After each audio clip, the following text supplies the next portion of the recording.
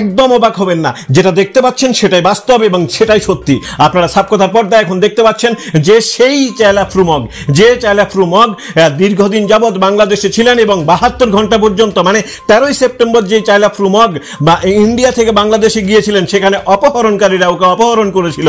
শেষ অবধি প্রশাসনিক স্তরে নানানভাবে 72 ঘন্টার টানা পূরণের পর সেই চায়লা ফ্রু মগকে এখন হস্তান্তর করা হয়েছে ইন্ডিয়ার যে প্রশাসনিক রয়েছে, মানে বিডিআর বিজিবির তরফ থেকে এবং বাংলাদেশ পুলিশ প্রশাসনের তরফ থেকে ভারতীয় পুলিশ প্রশাসন এবং ভারতীয় যে সীমান্তরক্ষী বাহিনী রয়েছে ওনাদের হাতে তুলে দেওয়া হয়েছে। আপনারা এখন যাকে দেখতে পাচ্ছেন সেই হচ্ছে চায়লা ফ্রু মগ, যাকে নিয়ে এত রকমের টানাপোড়েন চলছে।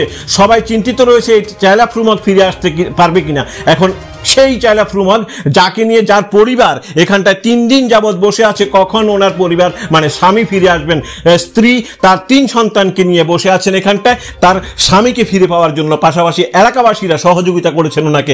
এলাকাবাসীরাও অনেকভাবে চিন্তিত ছিলেন, আসলে আদৌ কি চায়লা ফ্রু মগ ফিরে আসবে নাকি চায়লা ফ্রু মগকে নিয়ে আমরা সংশয়ে থাকবো। কেননা এই চায়লা ফ্রু মগ যখন 13ই সেপ্টেম্বর ইন্ডিয়া থেকে বাংলাদেশে গিয়েছিলেন বেড়াতে, মানে একেবারে বৈধ কাগজপত্র দিয়ে, এখানটায় বৈধ কাগজপত্র দেখিয়ে পাসপোর্ট সহকারে ওখানটায় গিয়েছিলেন। উনি একাকিত্ব মনে একটা জায়গাতে যখন টিফিন করছিলেন, পেছন দিক থেকে 2-3টে বাইক এসে এবং অটো এসে ওকে কিডন্যাপ করা হয়েছিল। অপহরণকারীরা ওকে কিডন্যাপ করে নিয়ে চলে গেছিলেন একটি বাউন্ডারি দেওয়া একটি বাড়ির ভেতরে, যেখানটায় ওর কাছে 10 লক্ষ টাকা প্রথমত মুক্তিপণ চাওয়া হয়েছিল, এরপর 5 লক্ষ টাকা, এরপর 1 লক্ষ টাকা মুক্তিপণ চাওয়া ছিল। অবশেষে 20,000 টাকা দিয়ে ওকে ছাড়াতে হয়েছিল ওখান থেকে অপহরণকারীদের হাত থেকে। তবে গল্প এখানে শেষ নয়। এই অপহরণকারীরা ওকে মাথায় হেলমেট লাগিয়ে বাংলাদেশ ইমিগ্রেশনের ওখানটায় যখন চায়লা ফ্রু মগকে নামিয়ে দিতে এসেছিলেন, তখন চায়লা ফ্রু মগ বাংলাদেশ পুলিশ প্রশাসনের কাছে নালিশ করার সাথে সাথে বাংলাদেশ পুলিশ প্রশাসন তাড়া করে অপহরণকারীদের একজনকে পাকড়াও করতে সক্ষম হয় এবং পাশাপাশি 2টো বাইককেও আটক করে। তবে ওদের বিরুদ্ধে চায়লা ফ্রু মগের পক্ষ থেকে মামলা করা হয়েছে। এখনো অবধি অধরা রয়ে গেছে আসামিরা, অভিযুক্তরা। তবে এখন পর্যন্ত ওনারা কতটুকু পদক্ষেপ নিচ্ছেন সেটা না জানা গেলেও ভারতীয়দের তরফ থেকে এতটুকু স্বস্তির নিঃশ্বাস আসছে, সেটা হচ্ছে যে বাংলাদেশ থেকে চায়লা ফ্রু মগ সশরীরে সুরক্ষিতভাবে আজকের দিনে বাড়িতে স্বদেশে ফিরে এসছে। এটাই একটা ভাবার বিষয়, এটাই একটা অভাবনীয় বিষয়। তবে এই ক্ষেত্রে যে চায়লা ফ্রু মগের সাথে বাংলাদেশ যাওয়ার পর অপহরণকারীরা কি করেছিল এবং বাংলাদেশ প্রশাসন কি ভূমিকা নিয়েছে সে নিয়ে আমরা কথা বলে নেব।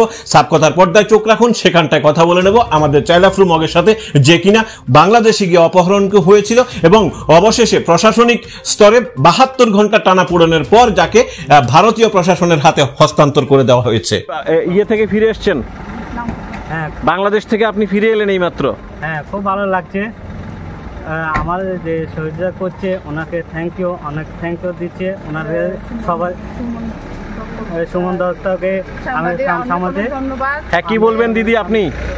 সাংবাদিক সুমন দত্ত, হ্যাঁ, তার কারণে আমার স্বামী ভারতে, মানে আমার দেশে আশেপাশে না হলে তো কোনো। সুমন দত্তগুপ্ত এখানে কোনো বিষয় নেই, সাবকথার গোটা পরিবার ছিল আপনার পাশে। হ্যাঁ, তাহলে সেক্ষেত্রে আপনি কি বলবেন? কি ধন্যবাদ তো দিতে হবে ওনাদেরকে।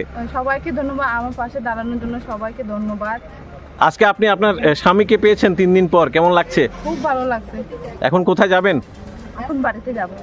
আর বাংলাদেশে যাওয়ার কোনো পরিকল্পনা? না না, বাংলাদেশে যাবেন না? না না। কেন? আর কোনো সময় যেতে দিত না। যেতে দেবেন না? না না। ওনাকে নিয়ে এখন বাড়ি যাবেন? হ্যাঁ। ধন্যবাদ আপনাকে।